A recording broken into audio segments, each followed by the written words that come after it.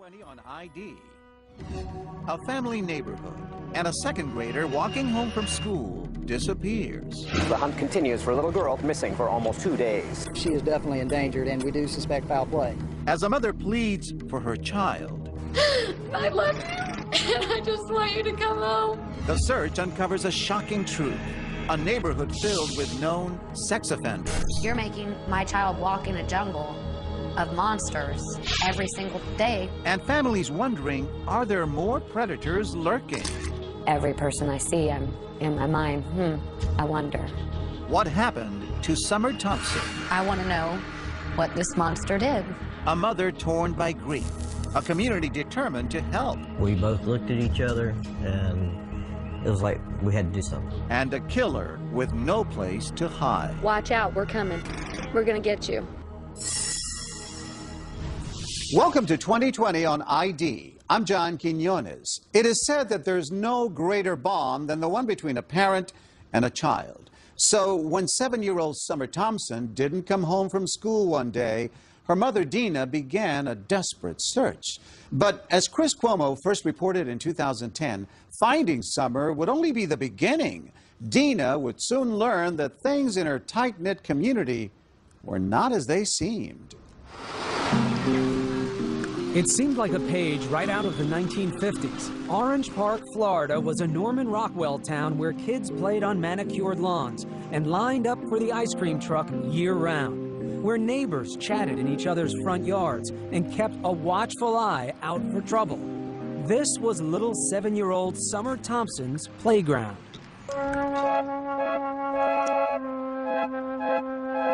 They nicknamed her Grace.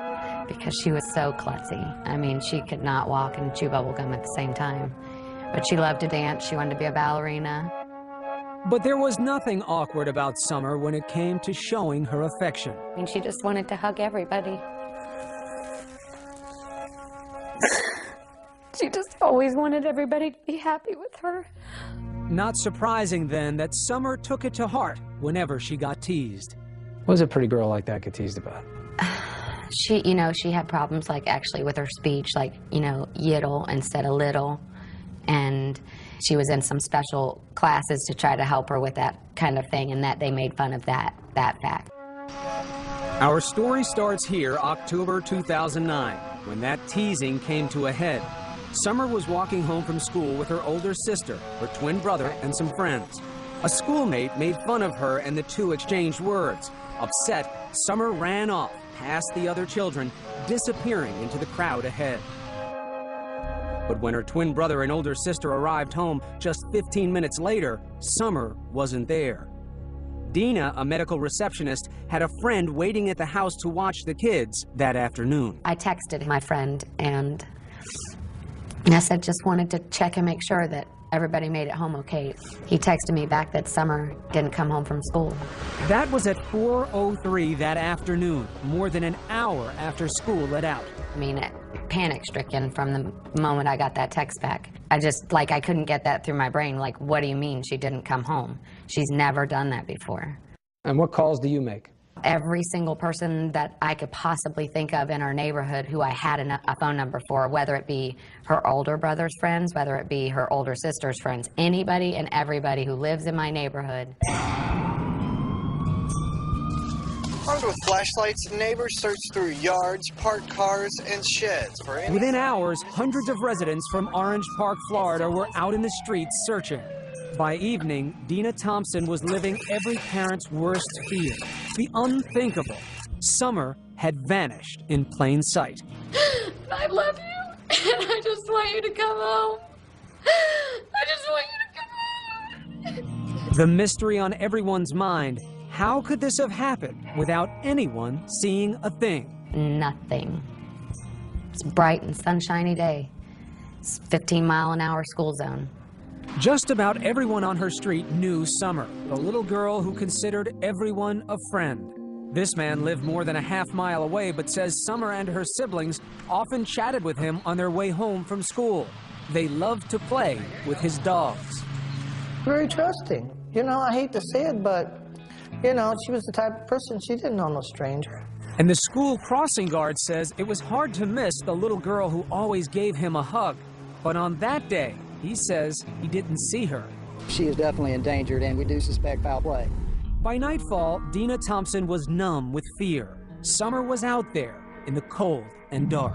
She only had her little, like, jogging suit jacket on, and that's all I can remember thinking is that she's somewhere cold and hungry and scared. I mean, all I could do was stay outside because if she was going to be cold, I was going to be cold. Through the night, neighbors kept hope alive, singing Summer's favorite song.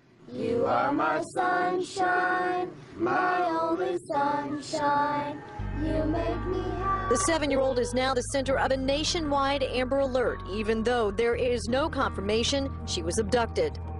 Day 2, Dina took her appeal nationwide. She's one of the most loving little girls in the whole wide world. She doesn't know a stranger, and if somebody has her, please just bring her home. She's got a twin, and he misses her, and we all miss her, and we just want her to come home okay. That's all I wanted. I didn't care at that point if this thing got in trouble or not, as long as she got brought back to me safe, alive. Were you believing at that point? Maybe? No, I can't explain it, but I just knew that she was gone. On a hunch, one detective thought to search the dumpsters, but they'd already been collected and were headed off in 23 different trucks to a landfill in Folkestone, Georgia. Police halted the trucks en route and began sorting through 564 tons of garbage, looking for one little girl. With deep regret and sadness that I have to inform you that a body has been found. 48 hours after Summer went missing, the world finally heard the news, which Dina Thompson had already known deep down in her gut. All I remember is losing it. I mean, literally losing it. Neighbors telling me they could hear me, the shrills across the street. The senselessness of it. Why mine? Why anyone's? And my baby was thrown in the trash. How could you do that? How could anyone do that?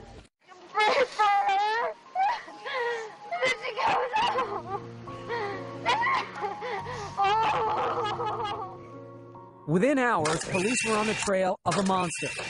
There is a child killer on the loose, and that's why we're going to catch this person and bring him to justice. This house, which was being renovated at the time, was their first stop.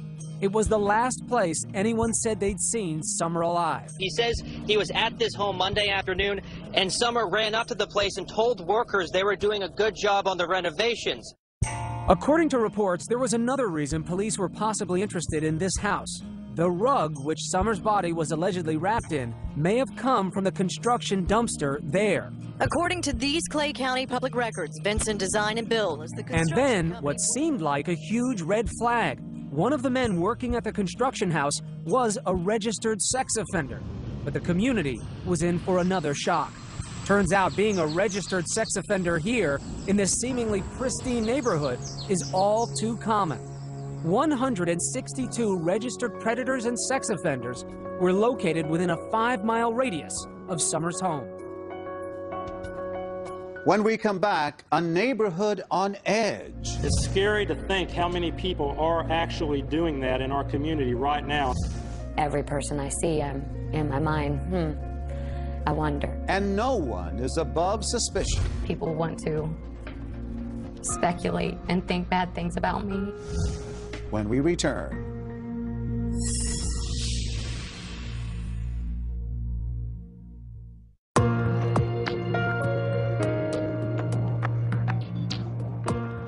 Seven-year-old Summer Thompson has vanished while walking home from school. As police continue their investigation, early clues point to someone nearby. But are they looking in the right direction? Once again, Chris Cuomo. As the hunt continues for a little girl. She was wearing a red jumpsuit. She had a red bow in her ponytail. The missing 7-year-old's mother pleaded for her daughter's return. You don't do this to a little baby and put my baby in the trash. After Summer Thompson disappeared, the residents of Orange Park, Florida were stunned to learn that their children had been walking through a virtual minefield of registered sex offenders each day. 162, living in just a 5-mile radius of Summer's home.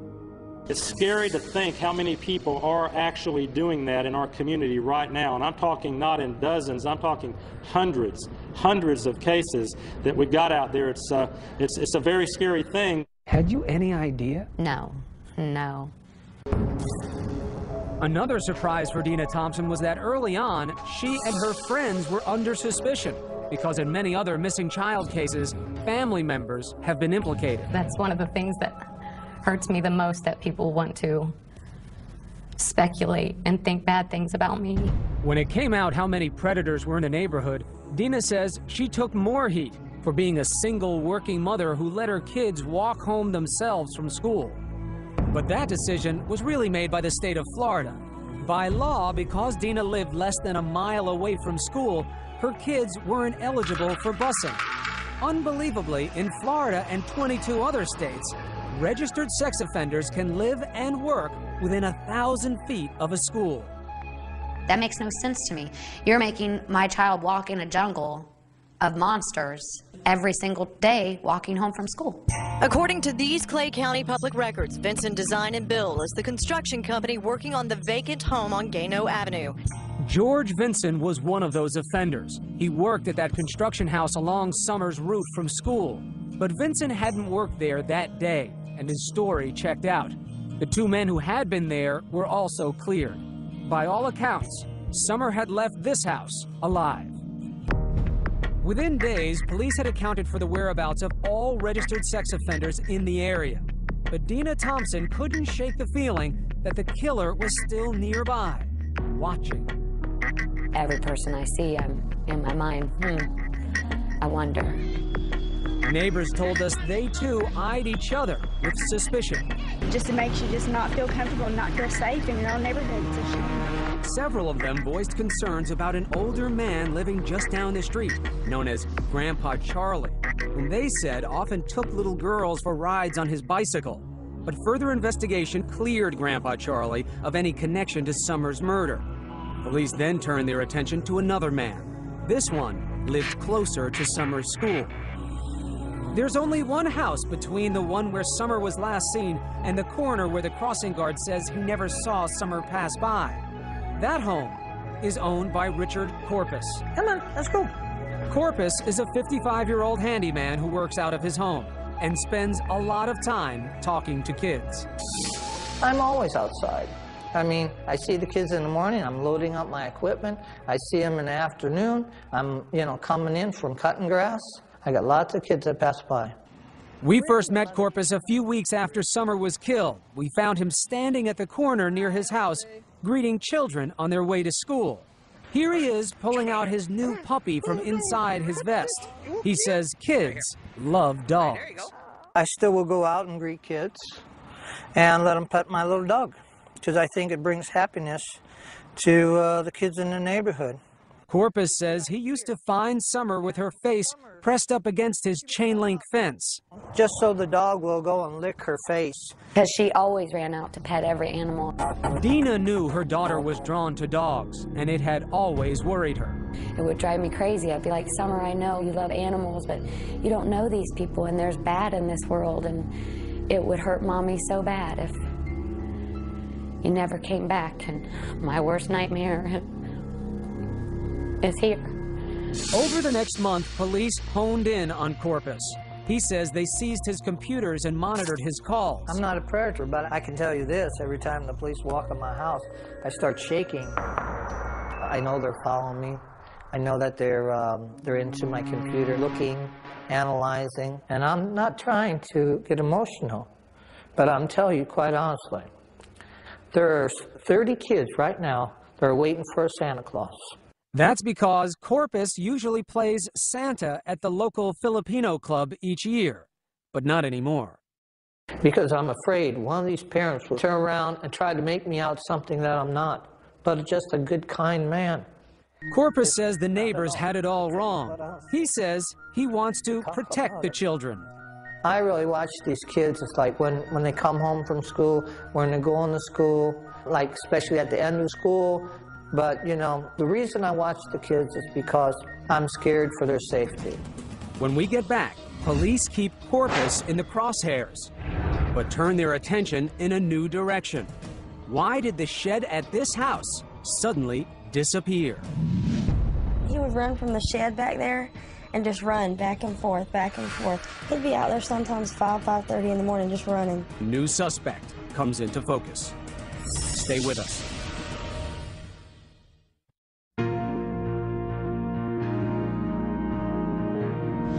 Since Summer Thompson's murder, police have focused on one possible suspect, but they're about to find another. Meanwhile, Dina reflects on her last moments with Summer. Once again, Chris Cuomo. This is Good Morning Jacksonville. Good morning out there, October 19th. This is Good Morning Jacksonville. Thanks for joining us. Nearly every detail of the morning her daughter disappeared is still vivid in Dina Thompson's mind. And what she remembers most is how Summer didn't want to go to school that day. She had Monday-itis a lot, you know. Monday-itis. Yeah. She didn't, necessarily want to go to school on Monday. Dina spent more time than usual getting Summer ready that morning. And she asked me to put her hair up, and I put her hair up in a red, rubber band. But there's one detail Dina can't remember, and it haunts her to this day. I'd like to say that I told her I loved her. I'm pretty sure I did, and that I hugged her, but for some reason, I can't remember that part of it. But every one of those little acts that you did that morning is an I love you, isn't it? But not knowing if he actually said it. Cut a couple lawns and... But for police, it was what Richard Corpus was doing that day that concerned them over the next several months. Some found Corpus's alibi suspicious. He claimed he'd mowed the Lions Club lawn that morning, but that wasn't his usual day. He claims he got back home just as the children were getting out of school and unloaded most of his equipment into his garage, even though he was supposedly heading back out to mow another lawn. Corpus says he never saw Summer that day, but he does remember seeing Summer's twin brother and sister pass by. He says he was too busy to chat. And the little boy, I do believe was the twin, asked me, oh, can I have a ride on your trailer? No. Stay with the group, okay? I have to go. Corpus explains being in such a hurry by saying he went into his house to do paperwork for about an hour, then headed to the country to mow his friend's grass. Police would later search his truck for blood and fingerprints. But police were putting so much manpower into Corpus, they were missing something right under their noses. Investigators had spent most of their time on this house, Corpus's house, because the crossing guard at this intersection said he didn't see Summer. But what if he missed her? If Summer had moved just a little bit farther down this street, Gano Ave, just 2 houses down, there is a home that holds many secrets. Turns out police already had a sex crime investigation pending on a 24-year-old man named Jared Harrell, who lived in this house. But police didn't know that because he'd given them a fake address. It took this couple to put the pieces together.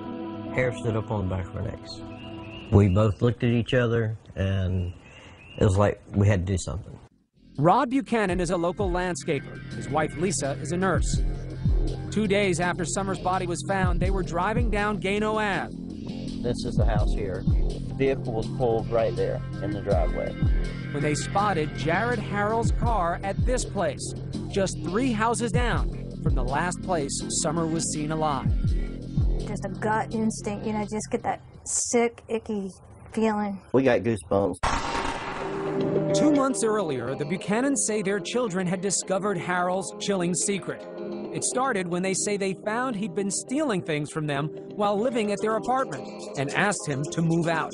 They say Harrell left immediately, but he left behind his computer. That would be a mistake.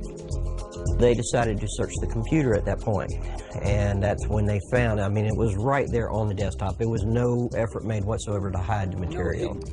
They told their parents they found child pornography on Harrell's computer, a lot of it. Our daughter and her fiance both are just extremely distraught over what they saw on his computer. Hardcore stuff. Yes, sir. Stuff that our children shouldn't have seen. Should have never had to see. As soon as they made the alleged discovery, Rod took his wife and daughter to the police to turn over the computer. Flash forward 2 months to October. And then you hear of really profound tragedy. Summer disappears. Yeah. And did you know when you got that news about Summer where Harold was living, that he was on Gano Avenue at the time? You know, it's like surreal. You see this child went missing and your heart just goes out for that family and you don't think anything about you or your family at that point. And then we started thinking about it and we're like, wait a minute, Jared lives over there. Rod and Lisa say they drive by Harold's mother's house on Gano Avenue and discover his car parked outside. We both looked at each other and just go, oh, wow. At the time, police were still combing the area for clues to Summer's killer. Rod and Lisa say they drove to the command center and spoke to the lead detective. We informed him that our children had turned in a computer that contained a lot of child pornography and that Mr. Harold was being investigated by the sex crimes unit. So was the detective able to tell you whether or not they had put this together before you gave him information? No, they had not. He was being investigated on child porn only. And not only did the police not know what you knew, but they had been misled by Harold. Correct. And couldn't place him in the vicinity of Summer even if they'd wanted to. Correct. Correct. Public records show Harold's family had moved out weeks earlier, but neighbors say Harold was still coming and going from the house on Gano Ave even after the family moved. Still, could police put Harold in the house the day Summer disappeared?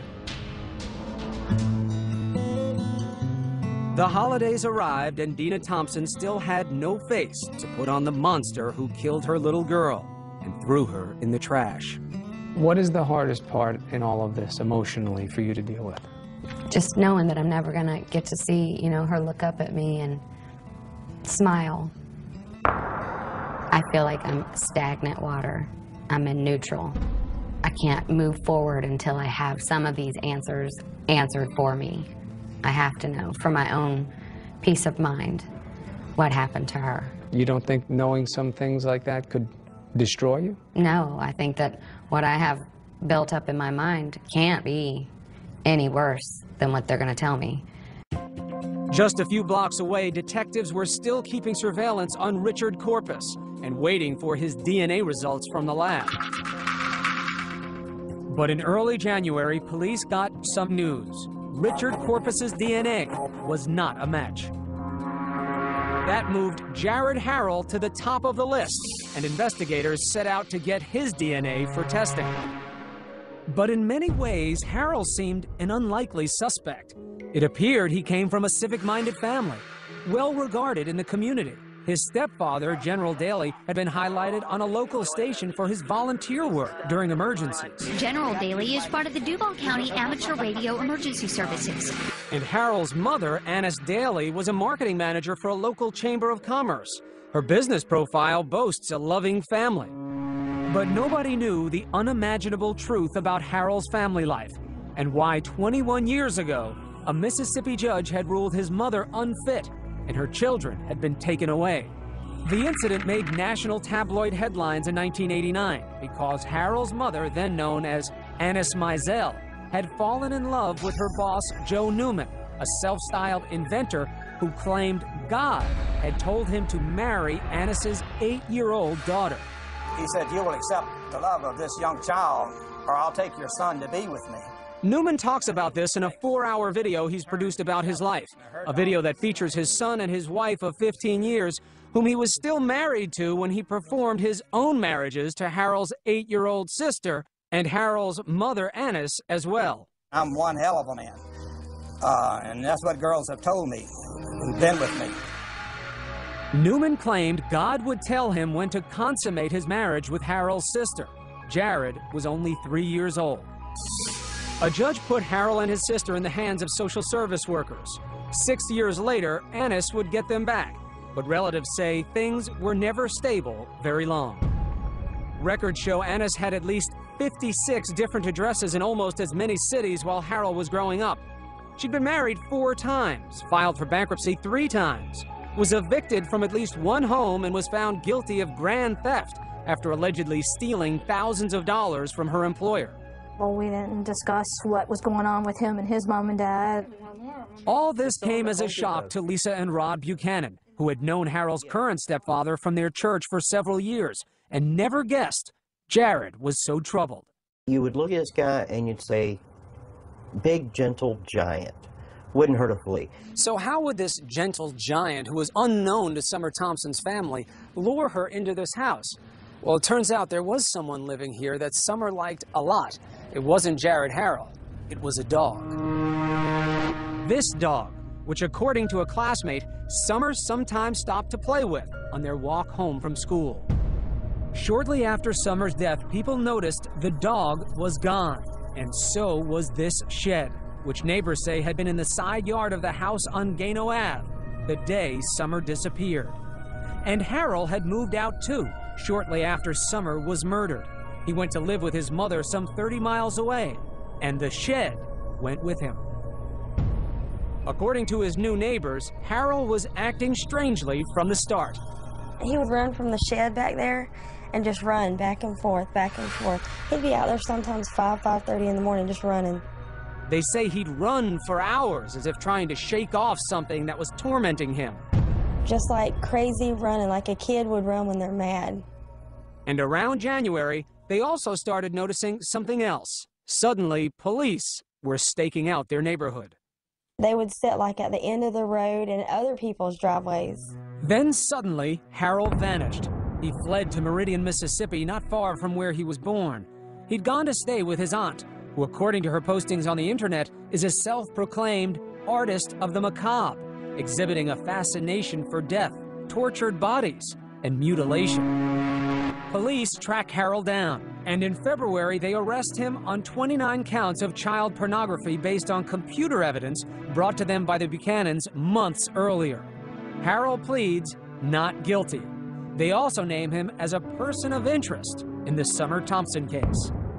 Mr. Harold, you are charged with 29 counts of possession of photographs of sexual performance by a child. Police then searched Harold's mother's house and the one on Gano Avenue in hopes of finding evidence to link him to Summer's murder. When we get back, the questions begin to mount. Why hadn't police gotten Harold off the street before that fateful day when Summer passed by? And Harold's mother makes a surprising jailhouse call. And the thing is that I'm your alibi, so I have to be real careful. Stay with us.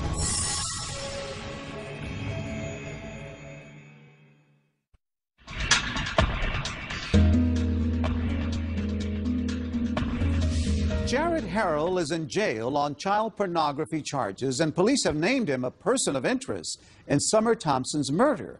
But why had it taken so long to arrest him? And would authorities find enough to prove their case? Once again, Chris Cuomo. Police worked late into the night as they searched both houses where Jared Harrell lived, looking for evidence to link him to the murder of Summer Thompson.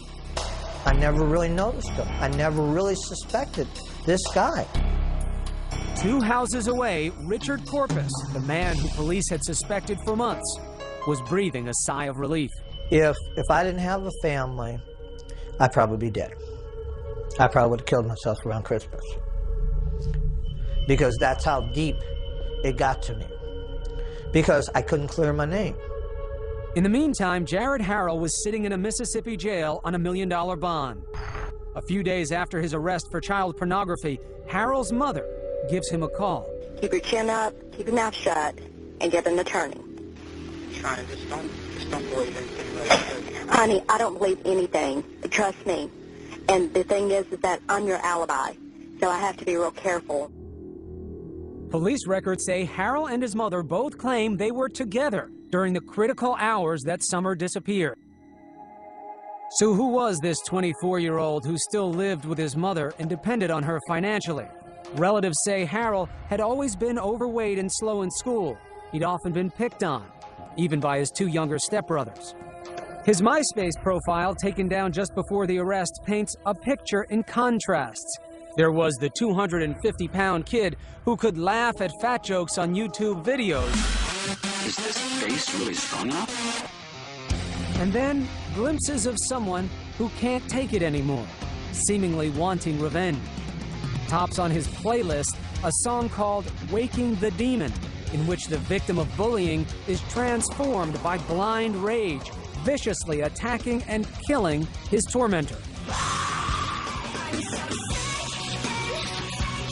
A peek into the mind of someone who's about to snap, or nothing more than just teenage angst. We were lucky that when they threw him out that he didn't go off the deep end and kill him. To be honest with you, that's what I thought. Rod Buchanan's daughter, Katie, was Harold's former roommate. He says when Katie turned in Harold's computer 2 months before Summer went missing, she told police she feared Harold might have done more than just look at those pictures. He might have known some of the children. After all, Harold had plenty of access to kids. He babysat the children of family members, and they lived in a neighborhood filled with young children. But it would take 6 weeks before police would get a search warrant to look at Harold's computer, and several more months would pass before they searched Harold's home, even though they'd been tipped off by the Buchanans that Harold lived nearby. Turned out Katie's fears were real. Right, remain silent. Anything you say can will be used against you. Police say they found Harold's camera containing a video with horrifying images of Harold molesting a 3-year-old child. The victim was a relative. Harold was charged with 26 more counts, including molestation. Again, he pleaded not guilty. The mother of the child he'd molested recognized where the alleged crime took place, in Harold's bedroom on Gano Ave. And the question on everybody's mind was, what took police so long to get Harold off the street? What if they had acted sooner, when the computer had first been brought to their attention back in August? Would Summer still be alive? Of course he could have been off the streets. He could have been. Tammy Lears is a computer forensics expert who's worked on several high-profile cases involving child porn. She says the concern that Harold might have known at least one of his victims should have been an immediate red flag. That is probable cause in all of the cases I've seen. That was enough to look. That was enough to go in and get a search warrant so that they could do a forensic preview. Lears says what makes this case different is that police had a tip that Harold might have been molesting someone he knew. They should have acted immediately to see whether there was a child in danger. Because as it turns out, that was true. 2020 repeatedly asked the sheriff's office for an interview about their investigation. They declined. But police issued a statement saying they followed protocol. They say Harold claimed he was being set up, and after an ambiguous response on a polygraph from one of the roommates, police say they first had to rule out Katie and her fiancé as suspects. Our children were basically treated as primary suspects, and their internet records were searched, their financial records were searched. They actually had to go through lie detector tests. Our baby cried because they searched her underwear drawer. For 2 months, they investigated them. You don't wonder, under the category of what if, that time had been spent looking at Harold instead of your daughter and her fiancé? I think they were looking at him at the same time. He just wasn't cooperating. But the Buchanans actually defend police. Who's to say that even if they went out and arrested him when we turned it in, with being his first offense, that he would have been out the next day or two anyways? And you know, there's a lot of what ifs. What if our kids had not looked at that computer? What if our kids had turned the other way when they found what they found on that computer? A lot of questions wound up coming up about the investigation and why it took so long. What's your take on that? I would say to all the people that have questioned that, to look at it from just a very simple point of view. If I came up to your house or your office, picked up your computer and walked it into a police department and told them that it contained something illegal and that it belonged to you, would you expect the authorities to rush out and arrest you and ruin your name, your life, your reputation, all on my say-so? So you're forgiving of the timeline. You say these things take time. Yes, absolutely. Buchanan says it wasn't what police did that bothered him. It's how the public reacted, harassing his family after news broke, even making death threats. I really expected the public to be behind them 100%. I expected the public to be out there saying, wow, way to go, guys. They've been accused of turning on a family friend for a reward. Ironically, they can't even get the reward because they turned Harold in to police instead of to the Crime Stoppers hotline. Buchanan says they could have used that money to pay for his children's therapy because of all of this. She still has nightmares. And the stuff that she saw was so horrific that she can't get it out of her head? It's just burning images. Even the detective told us it's stuff that no one should ever have to see in their lifetime. When we get back, police finally say how Summer was killed, and the family is overcome. Stay with us.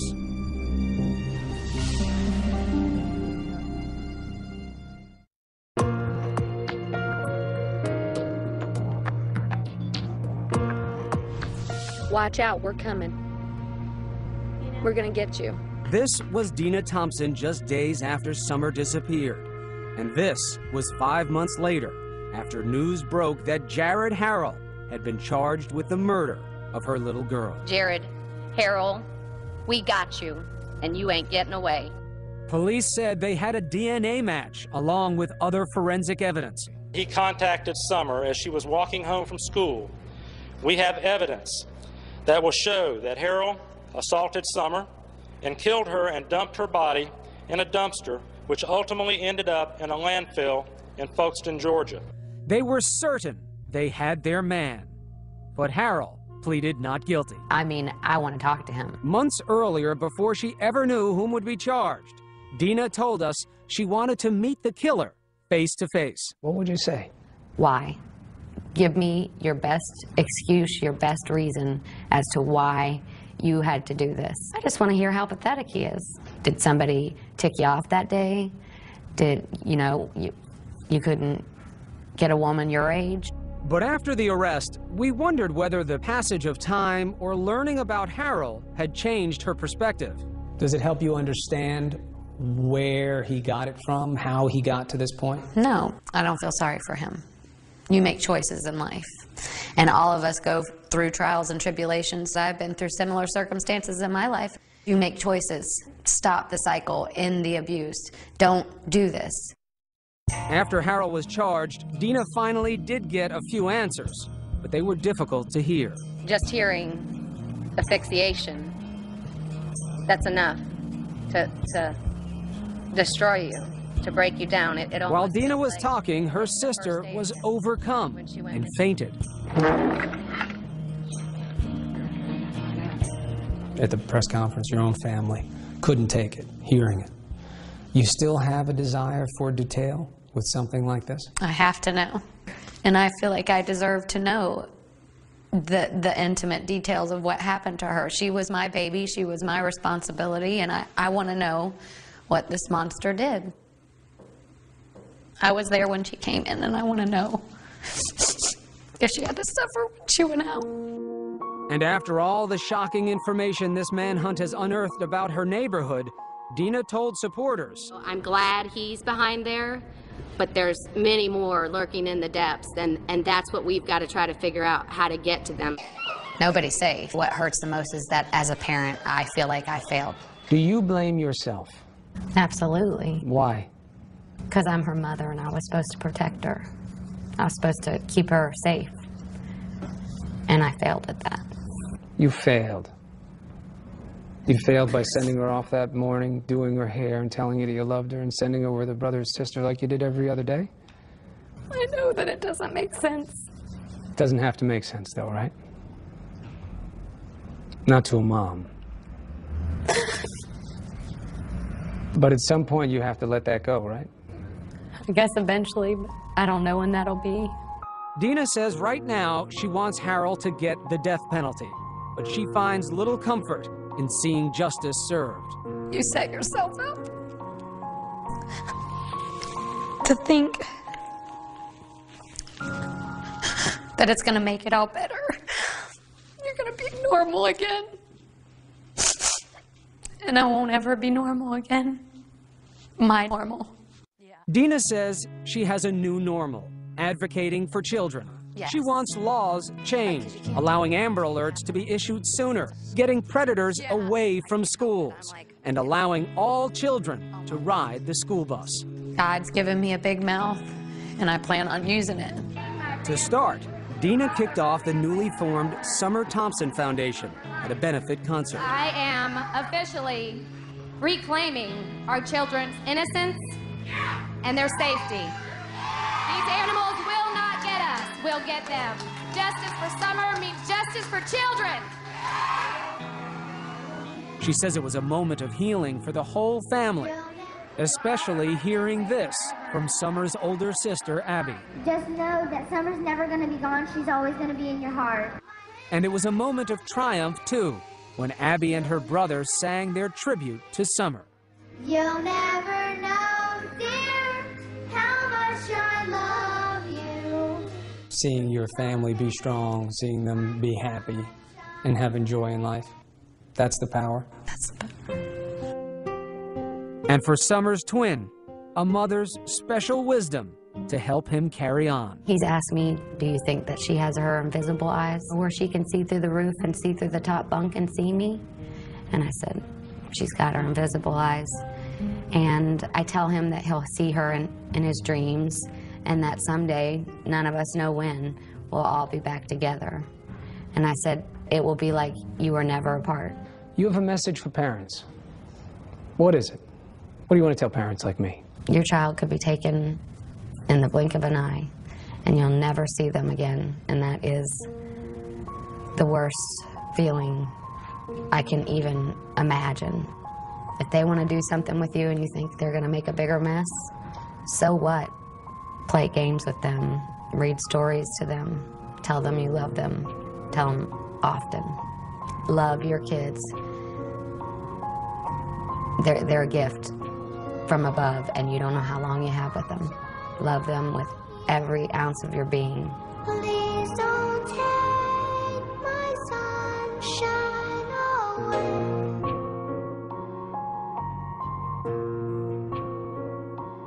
Jared Harrell later pled guilty to the murder of Summer Thompson. He was sentenced to life in prison.